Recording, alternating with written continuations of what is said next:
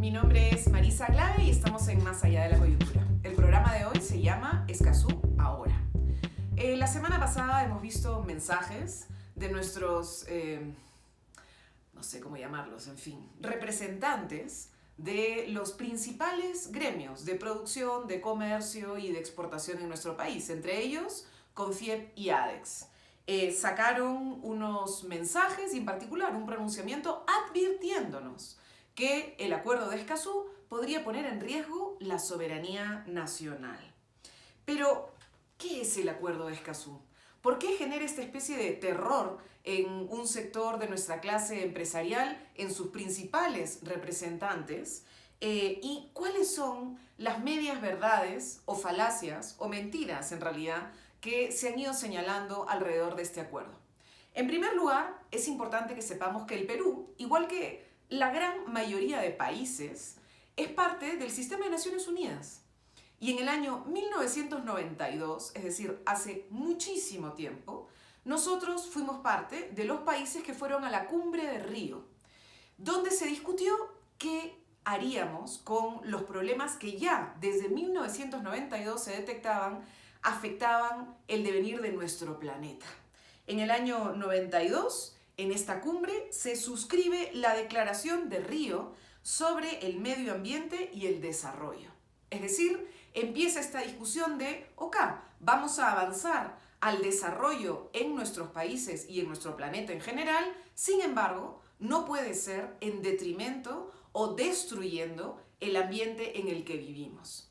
En esta Declaración de Río se incorporaron 27 principios, principios que tenían que guiar el trabajo nacional, las normas nacionales y al mismo tiempo mecanismos de elaboración de tratados e instrumentos internacionales para volver realidad estos principios. Uno de esos principios, el principio número 10, señala que toda persona, en el marco de esta Declaración de Río, tiene que tener, y por tanto sus estados tienen que garantizar acceso a la información sobre lo que está ocurriendo en el ambiente y sobre el desarrollo de actividades que pudieran afectar el ambiente en el que vivimos, participación en la toma de decisiones, ojo, acceso a información, participación en la toma de decisiones y acceso a la justicia si es que existe algún tipo de daño a nuestro entorno resultado de este tipo de actividades.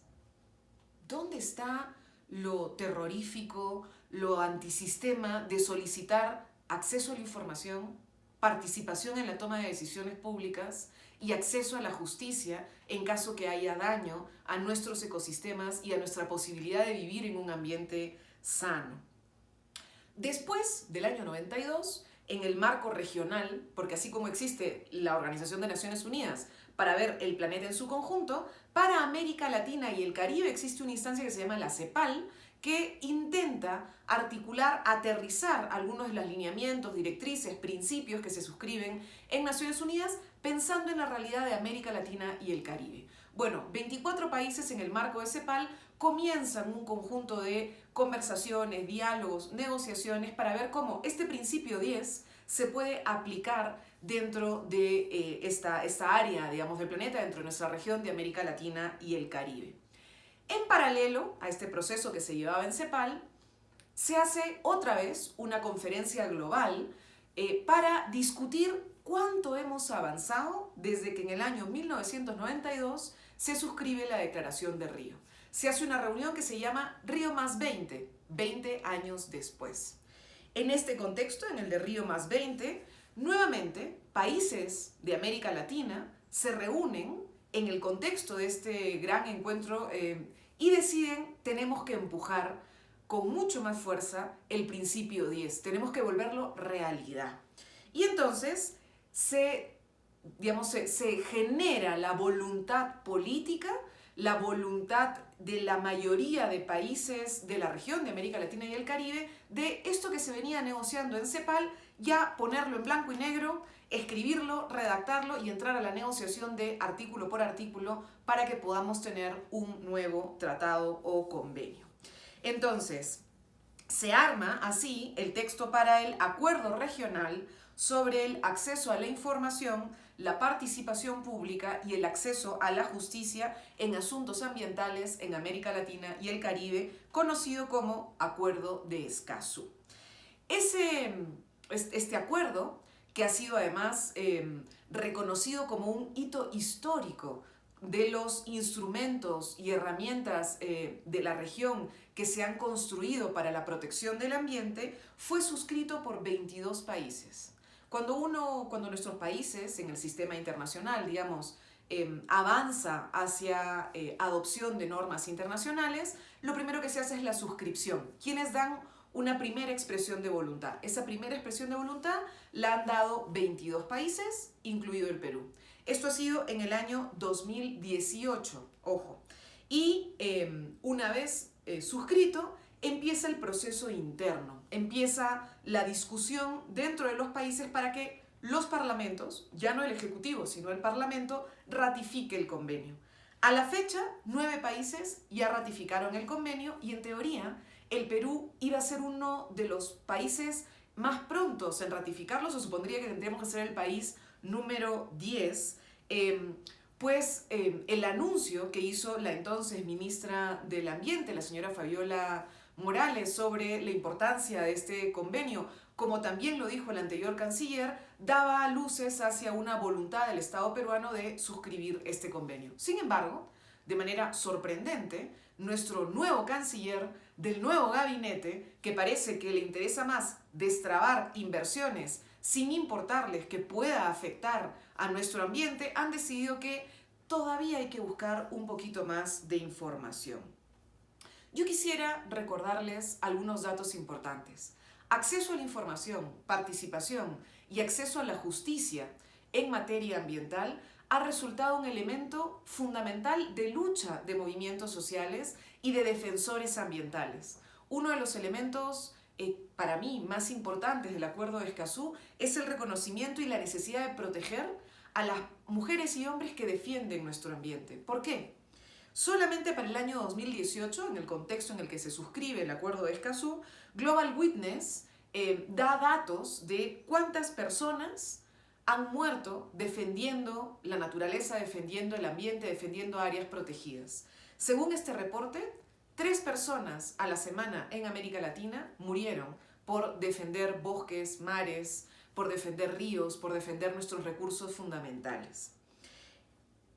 Estos no son casos aislados. Hay un caso muy sonado para el movimiento ambientalista, ecologista muy fuerte, que es el caso de Berta Cáceres de Honduras, que fue asesinada brutalmente, aparentemente con la complicidad de su gobierno. Ella era una mujer muy activa, muy visible, con muchísimo liderazgo, pero eso también ha pasado en el Perú. Hace relativamente poco, José Napoleón Tarrillo fue asesinado cruelmente en el caserío de El Mirador, en Lambayeque.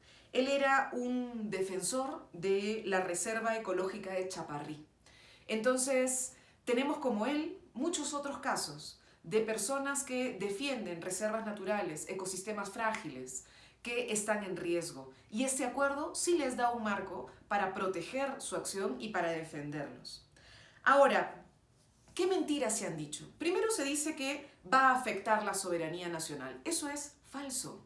No hay un solo convenio que haya suscrito el país que afecte la soberanía nacional porque, y en particular en este caso, además en el Acuerdo de Escazú, lo que se señala es que el principio de soberanía está garantizado porque cualquier norma que pudiera ser, reclamada o exigida, tiene que ser una norma aprobada por el Perú. Es decir, al suscribir el acuerdo, suscribimos un conjunto de principios y nos comprometemos a trabajar en la política nacional un conjunto de normas que aprueba el Perú y que sobre nuestras normas nacionales se define el acceso a la información, la participación y el acceso a la justicia. Es decir, no va a venir alguien a decirnos esta es la ley y punto. No, tiene que seguir el procedimiento nacional. Nosotros, de manera soberana, suscribimos nuestras normas. En segundo lugar, se ha dicho que nos van a someter a la Corte de la Haya si es que hay alguna controversia. Bueno, parece que nuestra clase empresarial no tiene muy buenos asesores, pero la Haya es una instancia, es una corte a la que se someten países cuando hay una controversia entre países. No es que nosotros nos vamos a someter a la Corte de la Haya porque resulta que alguien en el país ha decidido demandar al propio país. No, esto ocurre cuando hay un problema, cuando tuvimos por ejemplo el problema con Chile. Bueno, cuando dos países tienen un problema y generan un problema de frontera, pueden tomar una decisión de irse a la guerra o tomar la decisión de ir a una Corte de Justicia Internacional y resolver el problema entre dos países en esta instancia. Pero eso es decisión ¿de quién? De los países. Y si nuestro país no está de acuerdo, no se somete. En tercer lugar, se ha dicho que va a paralizar las inversiones y que va a impedir que se aprovechen los recursos naturales. Esto es falso. El Acuerdo de Escazú no dice no se puede hacer inversión minera, no se puede hacer inversión petrolera, no se puede hacer tala. No, no dice eso. Lo que sí dice es que cualquier tipo de actividad extractiva, minera, petrolera, maderera, de agroexportación, tiene que hacerse no a espaldas de la población. Es decir, si seguimos teniendo una clase empresarial que lo que cree es que el derecho a la participación y el derecho a la información son lo que limitan el desarrollo, lo que tenemos es un sector en nuestro país que está en contra de la democracia. Porque la democracia no puede funcionar si no tenemos información, si esa información no la recibimos a tiempo, si es que no nos podemos formar nuestra propia opinión y por tanto hacer, como en muchos países, un ejercicio de discusión democrática para la toma de decisiones. Este acuerdo no va en contra de las inversiones.